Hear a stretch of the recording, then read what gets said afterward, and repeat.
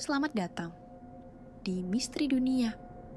Di tempat ini, kita tidak sekadar mendengar kisah, tapi menyusuri lorong-lorong gelap yang disembunyikan dunia. Kisah malam ini bukan hanya cerita, tapi peringatan bahwa ada perjanjian yang tak bisa dibatalkan, dan ada sosok yang akan datang bila kau mendengarkan terlalu dalam. Aku tak pernah menyangka keputusanku pulang ke desa setelah 10 tahun merantau akan membawa kengerian seperti ini. Namaku Rama, anak sulung dari keluarga sederhana di lereng Gunung Lawu. Saat ayahku meninggal, ibu memintaku pulang untuk mengurus rumah dan kebun warisan. Tapi sejak langkah pertama menginjak tanah halaman itu, aku merasakan hawa dingin yang tidak wajar. Malam pertama aku kembali, terdengar suara aneh dari kebun belakang, seperti suara ranting patah dan langkah kaki besar yang menyeret. Ada bau amis darah yang samar tapi tajam. Di kejauhan, kulihat bayangan besar berdiri di dekat pohon beringin, diam mengamati rumah. Bayangan itu terlalu tinggi untuk manusia, tapi aku mencoba berpikir logis.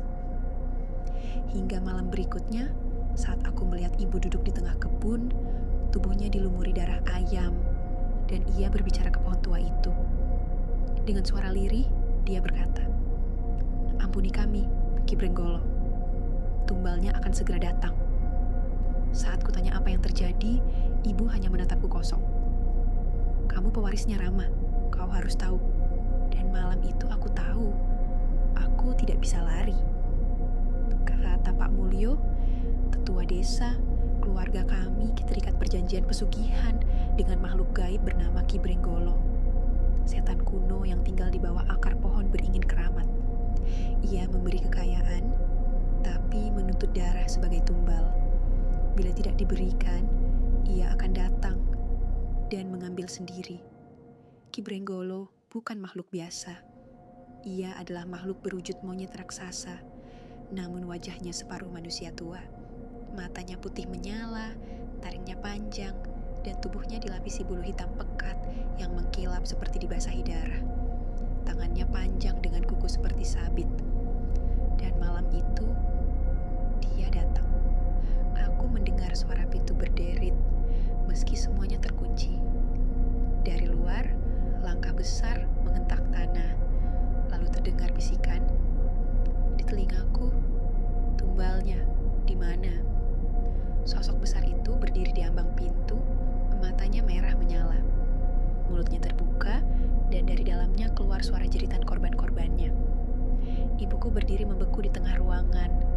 Lalu, seolah tersadar, ia maju ke arah Ki Brenggolo, dan dengan pasrah berkata, "Aku gantinya." Dalam satu gerakan, makhluk itu menelan tubuh ibuku. Tidak ada darah, tidak ada jeritan. Hanya suara hisapan kuat dan udara yang seketika menjadi dingin membeku. Matanya menatapku terakhir kali sebelum lenyap ke dalam kegelapan.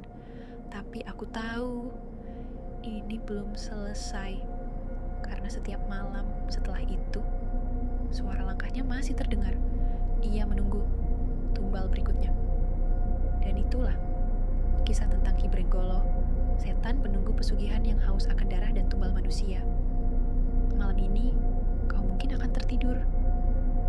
Tapi sebelum itu, perhatikan sekeliling kamarmu. Dengarkan. Apakah ada suara napas berat atau bau amis yang muncul entah dari mana?